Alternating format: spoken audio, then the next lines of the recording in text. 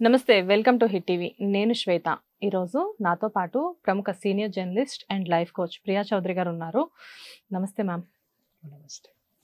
Ma'am, ఒక విషాదమైన విషయం జరిగింది. అంటే ఇండస్ట్రీకి ఒక తీరని లోటు. రామోజీరావు గారిని కోల్పోయాం ఈరోజు మనం. చాలామందికి ఆయన ఇన్స్పిరేషన్. ఒక పచ్చళ్ళతో మొదలుపెట్టిన ఆయన బిజినెస్ మార్గదర్శి చిట్ ఫండ్స్ కానివ్వండి, ఈనాడు సంస్థ కానివ్వండి, ఇటు ఉషా కిరణ్ మూవీస్ కానివ్వండి, ఫిల్మ్ సిటీ కానివ్వండి, ఎన్నో రకాలుగా ఒకటేంటి ప్రతి దాంట్లో కూడా ఆయన సక్సెస్ సాధించారు. ఒక వ్యక్తి ఒక రంగంలో సక్సెస్ సాధించడానికి చాలా కష్టపడుతున్న రోజుల్లో ఇన్ని రంగాల్లో ఆయన సక్సెస్ని ఆయన సొంతం చేసుకున్నారు. ఎంతోమందికి ఉపాధి కల్పించారు. అప్పటికి ఇప్పటికి కొన్ని సంవత్సరాల నుంచి ఆయన స్థాపించిన సంస్థల మీద ఎంతోమంది ఉపాధి పొందుతూ ఉన్నారు. అలాంటి వ్యక్తి ఈరోజు ఇలా జరిగింది, కాలం చేశారు. సో మీరు జర్నలిస్ట్గా మీ కెరియర్ స్టార్ట్ చేసింది ఈటీవీలో. ఆ విషయం అందరికీ తెలిసిన విషయమే. సో రామోజీరావు గారికి మీకు ఉన్నటువంటి అనుబంధం గురించి చెప్పండి మ్యామ్. ఫస్ట్ నేను అసలు జర్నలిస్ట్ అవ్వాలని ఇన్స్పిరేషన్ ఆయనమ్మా. అవునా మ్యామ్? చిన్నప్పటి నుంచి నేను ఆయన ఎడిటోరియల్ చదివేదాన్ని. మా ఇంట్లో న్యూస్ పేపర్ చదవడం అలవాటు చేశారు. So at the age of 5th class అనుకోండి, 5th క్లాస్ నుంచి న్యూస్ పేపర్ చదవడం అనేది అసలు మా ఇంట్లో అది మ్యాండేటరీ, చదవాలి, ఎందుకంటే లోకం గురించి తెలుసుకోవాలి. సో ఆయన ఎడిటోరియల్ బాగా ఫాలో అయ్యేదాన్ని నేను. ఇంకొకటి కూడా ఏంటంటే ఆయనలో నాకు బాగా నచ్చిన గుణం ఏంటంటే, ఈ రోజు మనందరం చూస్తున్నాం ఏంటంటే ప్రతి ఒక్కళ్ళు పబ్లిసిటీ పబ్లిసిటీ పబ్లిసిటీ పిచ్చిలో పడిపోయి ఎక్కడ చూసినా వాళ్ళే కనిపిస్తున్నారు.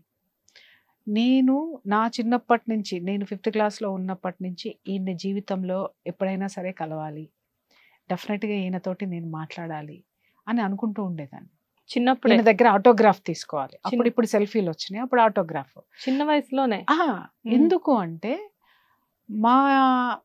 అంటే ఒక్కొక్క పర్సన్ ఒక్కొక్క ఇన్ఫ్లుయెన్స్ మన జీవితంలో ఉంటుంది, ఖచ్చితంగా ఉంటుంది. ఆయన గురించిన ఒక స్టోరీ, ఎవరికి తెలియని స్టోరీ, అది నా మీద బాగా ప్రభావం చూపించింది. ఏంటి అని అంటే ఒక మనిషి ఒక డెసిషన్ తీసుకున్న తర్వాత, ఒక మాట, ఒక ప్రామిస్ నోట్లో నుంచి వచ్చిన తర్వాత దాన్ని నిలబెట్టడానికి ఒక వ్యక్తి ఒక శక్తిగా ఎలా ఎదిగాడు అనడానికి నాకు ఫస్ట్ నేను ఆయన్ని వ్యాపార రంగంలో కానివ్వండి, ఈ జర్నలిజంలో కానివ్వండి నేను చూసినటువంటి వ్యక్తి.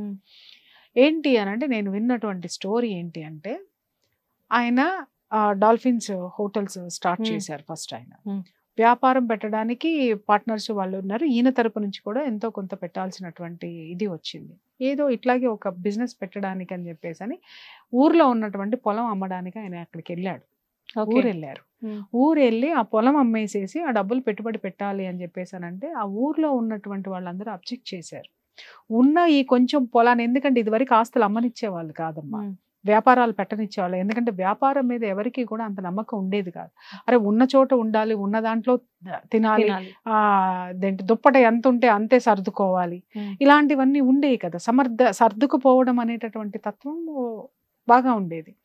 అటువంటిప్పుడు అందులో భూమిని అమ్మడం అనేది ఎవరు ఇష్టపడేవారు? తరతరాల నుంచి వచ్చేటటువంటి భూమిని అమ్మడం అనేది ఆ ఊర్లో వాళ్ళు అబ్జెక్ట్ చేశారు. ముందు వాళ్ళ ఇంట్లో వాళ్ళు అబ్జెక్ట్ చేశారు. అబ్జెక్ట్ చేసిన తర్వాత ఆయన ఒకటే మాట అన్నారంట, ఎవ్వరి మాట వినలేదు, అందరికీ ఎదిరించి నిలిచేసరికి అందరు శాపనార్థాలు పెట్టారు. ఏమని అనంటే, ఒరే ఉన్న భూమిని నమ్ముకున్నాడు, కనీసం మెతుకులన్నా ఉంటే భూమిని అమ్ముకుని పోతున్నావు, ఎందుకు పనికి రాకుండా పోతావంటే, అప్పుడు ఊళ్ళో వాళ్ళందరికీ ఒక ఛాలెంజ్ చేశాడు ఆయన. ఏంటి అనంటే, ఈ ఊర్లో ఇంటికి ఒక ఉద్యోగం ఇస్తా నేను, తెలుసా, ఈ ఊర్లో ఇంటికి ఒక ఉద్యోగం ఇస్తా నేను, చూడండి అని చెప్పేసి అని వచ్చాడు. అంత కాన్ఫిడెన్స్ ఎలా మ్యామ్?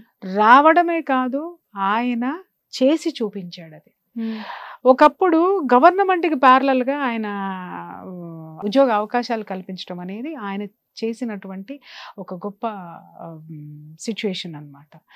ఇంకొకటి కూడా ఏంటి అని అంటే, కరెక్ట్ టైంకి జీతాలు ఇవ్వడం, అది ఒకటి నేను ఆయన నుంచి నేర్చుకున్నటువంటి డిసిప్లిన్ అన్నమాట.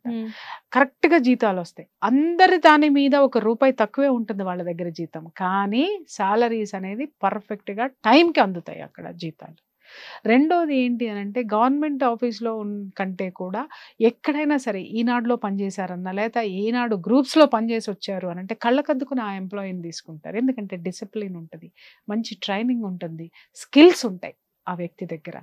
అంటే ఆయన వ్యవస్థని నిర్మించటమే కాదు, వ్యక్తిని కూడా, వ్యక్తి యొక్క వ్యక్తిత్వాన్ని కూడా, నడవడికను కూడా, వాళ్ళ స్కిల్స్ని కూడా అంత అద్భుతంగా తీర్చిదిద్దినటువంటి మహోన్నతమైనటువంటి ఆ వ్యక్తి అన్నమాట ఆయన. ఈరోజు ఆయనకేంటి అని అంటే ఎంత ఎంప్లాయ్మెంట్ జనరేషన్ అండి. పచ్చళ్ళు, ప్రియా పచ్చళ్ళు వ్యాపారం కానివ్వండి, అందరూ చిన్నప్పుడు నన్ను ఎక్కిరిచ్చేవారు. నా పేరు ప్రియా, ఆయన పెట్టిన పచ్చళ్ళు పేరు ప్రియా అనగానే ప్రియా పచ్చడి, ఎవరికైనా కోపం వస్తే ప్రియా పచ్చడి చండాలంగా ఉంది ఈరోజు అని మా ఫ్రెండ్స్ అందరూ అనేవాళ్ళు అనమాట. కోపం వచ్చేది. తర్వాత తీసుకొచ్చి చూపించి, చూడు ప్రియా పచ్చడి అమెరికాకు కూడా ఎక్స్పోర్ట్ అవుతుంది, అంత గొప్పదాన్ని నేను అలా చూపించేదాన్ని అనమాట. అంత బాగా చాలా ఇన్స్పిరేషన్. తర్వాత ఆయన్ని నేను బాగా ఎక్కువ ఇష్టపడినటువంటి సిచ్యుయేషన్ ఏంటి అని అంటే మద్యపాన నిషేధంకి సంబంధించినటువంటి ఉద్యమం. అది ఎక్కడో ఒక చిన్న గ్రామంలో ఉన్నటువంటి ఆ ఉద్యమాన్ని ఆయన విపరీతంగా జనాల్లోకి తీసుకెళ్లారు. తర్వాత ఎన్టీఆర్ గారు దాన్ని అందిపుచ్చుకున్నారు. అసలు భయంకరమైనటువంటి ఉద్యమాన్ని తీసుకొని వచ్చారు. ఎంత ఇన్ఫ్లుయెన్స్ అంటే ఒక పక్క ఎన్టీఆర్ గారు, ఇంకొక పక్క ఈనాడు.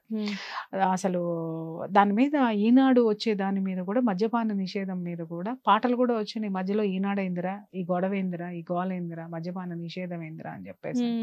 అంటే మనుషుల్ని, సామాన్యులను సైతం ఇన్ఫ్లుయెన్స్ చేయగలిగినటువంటి స్థితికి ఆయన ఎదిగినటువంటి వ్యక్తిత్వం. అది ఒక శిఖరం అనుకోవాలమ్మా ఆయన.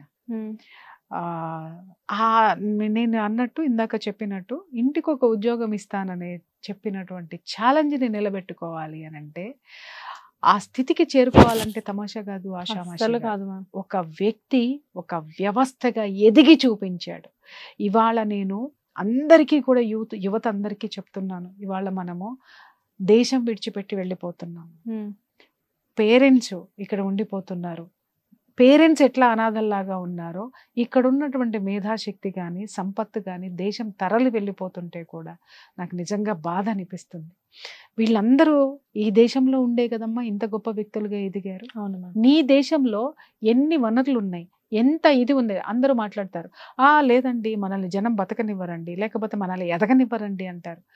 రామోజీరావు అనే ఆయన 3 ఎకరాల ఆసామి, 3 ఎకరాలు ఉన్నటువంటి వ్యక్తి ఈ విధంగా మొత్తం అందరినీ శాసించేటటువంటి స్థితికి దేశవ్యాప్తంగా చర్చించుకునేటటువంటి ఒక మహోన్నతమైనటువంటి శక్తిగా ఎలా ఎదిగాడు.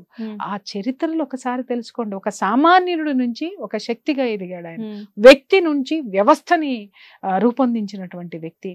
ఇలాంటి వాళ్ళ జీవిత చరిత్రలు చదివితే మనకి మన దేశం మీద ఒక గౌరవము, మన మీద మనకి ఆత్మవిశ్వాసము ఏర్పడుతుంది.